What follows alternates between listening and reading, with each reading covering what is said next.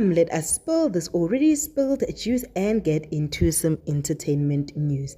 Now, today is Xolani Khumalo Appreciation Day post. At Joy Zelda posted that this guy, Xolani Khumalo, was the first guy to expose Home Affairs officials for corruption and go to Sunnyside.